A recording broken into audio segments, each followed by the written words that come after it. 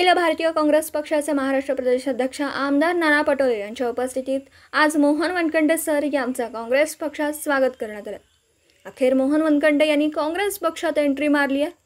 मिरजमध्ये काही दिवसांपासून नागरिकांमध्ये काँग्रेस पक्षात जातील अशी कुजबूज सुरू होती। मोहन वनखंडे यांनी काँग्रेस पक्षाच्या नेत्यांच्या उपस्थितीत आज प्रवेश केला।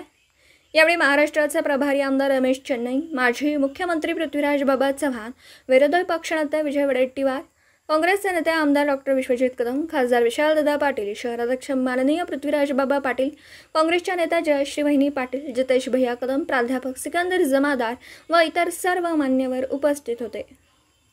मिरज प्रतिनिधी आदिल मकानदार।